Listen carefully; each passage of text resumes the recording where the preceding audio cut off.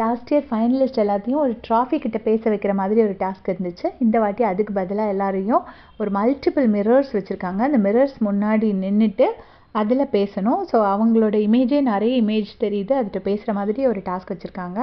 5 பேரும் இப்போ நிற்கிறாங்க. இதுக்கு முந்தின ப்ரமோவில் ஒரு பாக்ஸ் ஓப்பன் பண்ணி அது வந்து எனக்கு தெரிஞ்ச ரயனோட எவிக்ஷனாக இருக்கும் அப்படின்னு நான் நினைக்கிறேன். பலூன் அந்த பாக்ஸ்க்குள்ளே யாருக்கு ஏதோ ஒன்று இல்லையோ அவங்க தான் எவிக்டடுன்னு வச்சுருப்பாங்கன்னு நான் நினைக்கிறேன், எனக்கு தெரியல. ஸோ இதில் வந்து எப்படின்னா எல்லாரும் பேசுகிறாங்க. அப்போ முத்து என்ன சொல்கிறாரு அப்படின்னா, முத்துக்குமரா நீ ஏதோ ஒன்று பண்ணிட்டடா, ஜெயிச்சிட்டடா நீ அப்படின்னு சொல்கிறாரு. கண்டிப்பாக அது உண்மை தான், உண்மையிலே ஜெயிச்சிட்டிங்க குமரன். அதுக்கப்புறமா பார்த்தீங்கன்னா பவித்ரா சொல்கிறாங்க, நீ ஓட வேண்டிய தூரம் இன்னும் நிறைய இருக்குது, ஓடிக்கிட்டே இரு அப்படிங்கிற மாதிரி சொல்கிறாங்க. சௌந்தர்யா கொஞ்சம் இமோஷ்னலாக பேசுகிறாங்க, கொஞ்சம் கண் கலங்கி பேசுகிறாங்க. உனக்காக யார் நிற்கலைனாலும் நான் நிற்பேன் அப்படின்னு சொல்கிறாங்க. பவித்ராவும் முத்தும் ஹாப்பியாக பேசினாங்க.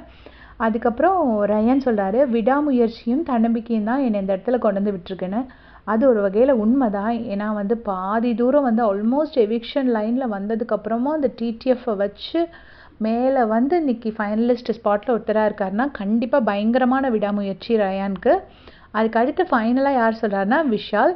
என்னை இன்னைக்கு இந்த இடத்துல முன்னாடி வந்து தைரியமாக பேச வச்சுருக்குன்னா அதுக்கு காரணம் இந்த வீடு தான். அவர் வந்து பிக் பாஸ் ஹவுஸ்க்கு தேங்க்ஸ் சொல்கிறாரு.